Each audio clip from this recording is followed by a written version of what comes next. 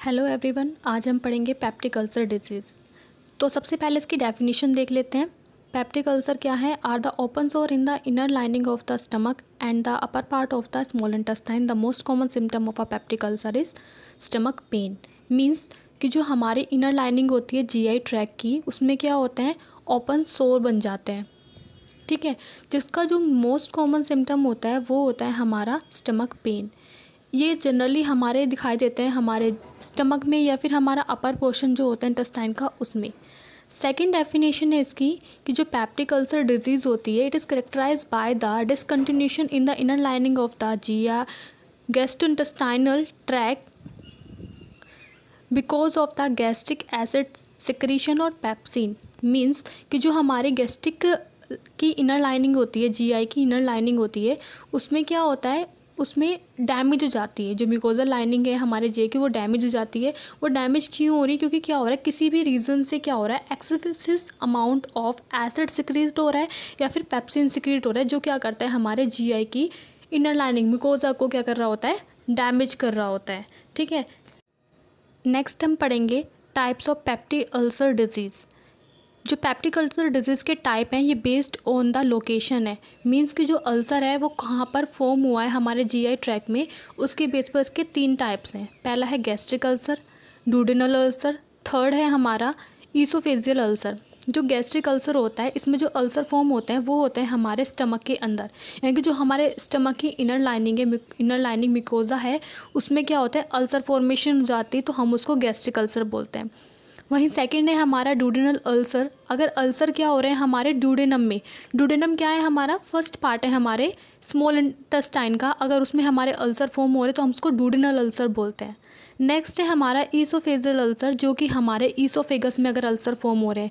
Oesophageal is also known as the food pipe. Means अगर हमारे food pipe के lower portion में क्या हो रहा है, अल्सर फॉर्म हो रहे हैं, तो हम उसको ईसोफेजियल अल्सर बोलते हैं। नेक्स्ट आता है हमारा aetiological factor. Aetiological factor means कि जो हमारा पेप्टिक अल्सर है वो किस वजह से कोज, उसका जो कोज है होने का, वो किस वजह से हुआ है, ये पता लगाते हैं। तो इसके 2 कॉजेज़ है। एक तो कॉमन कॉज, जो कि मोस्टली कॉमन होते हैं पेप्टिक अल्सर कोज करने के लिए। सेकंड हमारा रेयर है। कॉमन में हमारा है एच पाइलोरी इन्फेक्शन और नसेड्स। एच पाइलोरी इन्फेक्शन जो होता है एच पाइलोरी बैक्टीरिया की वजह से होता है, और नसेड्स जो होते हैं ये हमारे non steroid anti inflammatory drug होते हैं, जो क्या करते हैं हमारे inner lining of the GI tract को डैमेज करते हैं और पेप्टिक अल्सर फॉर्मेशन में को इंक्रीज़ कर देते हैं।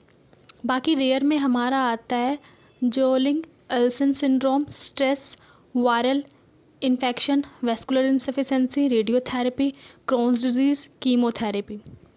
एक पॉइंट वाली बात है कि जो हमारे स्ट्रेस और स्पाइसेस फूड हैं वो क्या करते हैं, हमारे पेप्टिक अल्सर कोज नहीं करते, लेकिन ये क्या करते हैं, ये हमारे सिम्टम्स को इंक्रीज़ करते हैं या फिर ये हमारे सिम्टम्स को, पेप्टिक अल्सर्स को और ज़्यादा बढ़ा देते हैं। ठीक है, तो ये हम भी कंसिडर करते हैं इसमें as etiological factors. These are the etiological factor. Next हम पढ़ेंगे pathophysiology of the peptic ulcer. ये क्या होता है, जितने भी हमारे एटियोलॉजिकल कोज हैं उसकी वजह से क्या होता है, हमारा डिसरप्शन होने लग जाता है हमारे प्रोटेक्टिव म्यूकोजल बैरियर में। अब डिसरप्शन होता क्यों है? क्योंकि जो म्यूकस प्रोडक्शन है वो डिक्रीज़ हो गया है, या फिर बाइकार्बोनेट का सिक्रीशन डिक्रीज़ हो गया है, या फिर ब्लड फ्लो जो है म्यूकोजा को वो डिक्रीज़ हो गया है, या फिर क्या इंक्रीज़ हो गया, जो एपिथेलियम सेल इंजरी है वो इंक्रीज़ हो गई है, जिसकी वजह से क्या होता है, बहुत ज़्यादा एसिड प्रोडक्शन होने लग जाता है।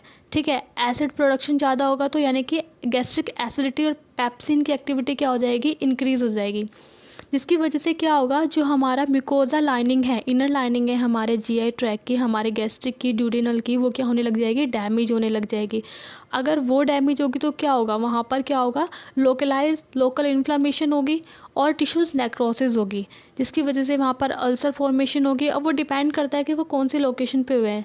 स्टमक में हो तो गैस्ट्रिक अल्सर होगा, ड्यूडेनम में हो तो ड्यूडेनम अल्सर होगा। ठीक है, और इसकी बहुत सारी कॉम्प्लिकेशन हो सकती है अगर इसको ट्रीट नहीं किया गया, जैसे कि गैस्ट्रो इंटेस्टाइनल ब्लीडिंग हो सकती है, परफ्यूरेशन हो सकता है, पेरिटोनाइटिस हो सकता है। ठीक है, ये सारे के सारे उसमें एज अ कॉम्प्लिकेशन सामने आ सकती हैं। अब हम डिस्कस करेंगे साइन एंड सिम्टम्स। तो जो कॉमन साइन एंड सिम्टम्स है उसमें क्या होता है, एपिगैस्ट्रिक एब्डोमेन पेन, मतलब कि जो पर्सन होगा उसको क्या होगा, एपिगैस्ट्रिक पेन होगा। ठीक है, नेक्स्ट आता है ब्लोटिंग होगी, एब्डोमेन फुलनेस जैसी फीलिंग रहेगी। नोज़िया वॉमिटिंग होगी, या तो वेट लॉस हो सकता है या फिर वेट गेन हो सकता है। नेक्स्ट है हेमाटोमेसिस, यानी कि वॉमिटिंग विद ब्लड, मतलब वॉमिटिंग में क्या आएगा, ब्लड आ सकता है। या फिर होगा मेलीनिया। मेलीनिया का मतलब क्या होता है, मेलीनिया का मतलब होता है कि जो स्टूल है वो डार्क आएगा, ठीक है। बाकी वार्निंग सिम्टम्स भी होते हैं जो कि आपको अलर्ट करता है कि आपको अर्जेंटली क्या लेना है, ट्रीटमेंट लेने की रिक्वायरमेंट है। जैसे कि आपका बहुत ही तेज़ी से क्या होगा, वेट लॉस होगा, प्रोग्रेसिव डिस्फेजिया होगा, जीआई ब्लीडिंग होगी, आयरन डिफिशिएंसी, एनीमिया होगा। These are the warning signs and alert symptoms of the peptic ulcers. अब हम देखेंगे diagnostic evaluation of the peptic ulcer, जिसमें हम क्या करेंगे, हिस्ट्री कलेक्शन करेंगे और फिजिकल एग्जामिनेशन करेंगे। हिस्ट्री कलेक्शन में हम पेशेंट की हिस्ट्री लेंगे कि पेशेंट जो है कोई नसेड्स तो नहीं लेता था, या फिर उसको कोई पहले प्रीवियसली एच पाइलोरी इन्फेक्शन तो नहीं था, अल्कोहल कंजप्शन या फिर स्मोकिंग तो नहीं करता है। फिजिकल एग्जामिनेशन में हम साइनस सिम्टम्स को असेस करेंगे। नेक्स्ट हम करेंगे लेबोरेटरी इन्वेस्टिगेशन, जिसमें हम सीबीसी करेंगे, स्टूल ऑक्यूलर ब्लड टेस्ट करेंगे, लीवर फंक्शन टेस्ट करेंगे। स्टूल ऑक्यूलेट ब्लड टेस्ट में हम क्या करते हैं कि जो पेशेंट का हिडन ब्लड होता है स्टूल में, वो फाइंड आउट करते हैं। नेक्स्ट है हमारा टेस्ट करेंगे हम एच पाइलोरिक इन्फेक्शन के लिए, तो यूरिया बेथ टेस्ट करेंगे, स्टूल एंटीजन टेस्ट करेंगे, सीरोलॉजिकल एंटीबॉडी टेस्ट करेंगे, रैपिड यूरियस टेस्ट करेंगे। बाकी हम बायोप्सी भी ले सकते हैं। नेक्स्ट हम करेंगे इमेजिन एंड एंडोस्कोपी इवैल्यूएशन। इसमें हम क्या करेंगे, जो अपर गैस्ट्रोइंटेस्टाइनल एंडोस्कोपी करेंगे और साथ ही साथ हम बेरिलियम मील एक्सरे करेंगे, ठीक है। ये थे हमारे डायग्नोस्टिक इवैल्यूएशन।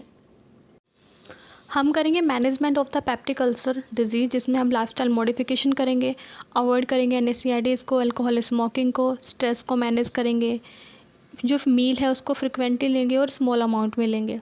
बाकी अवॉइड करेंगे स्पाइसेस है, एसिडिक फूड है, ताकि जो सिम्टम्स हैं वो कम से कम हो। नेक्स्ट है हमारा मेडिकल मैनेजमेंट में हम क्या करेंगे, ट्रिपल थेरेपी चलाएंगे। पहले इसमें क्या करेंगे, 14 डेज़ की थेरेपी होती है। इसमें हम पेनिसिलिन, प्रोटीन पंप इनिबिटर और क्लेथ्रोमाइसिन देते हैं, ठीक है। हम मेट्रोनिडाजोल भी दे सकते हैं पेनिसिलिन से, अगर पर्सन को क्या है, एलर्जी है। नेक्स्ट हम देते हैं एंटाएसिड। एंटाएसिड में हम क्या देते हैं, सिम्टोमेटिक रिलीफ के लिए प्रोवाइड करते हैं एंटाएसिड। इसमें हमारा प्रोटीन पंप इनिबिटर और H2 रिसेप्टर ब्लोकर भी होता है।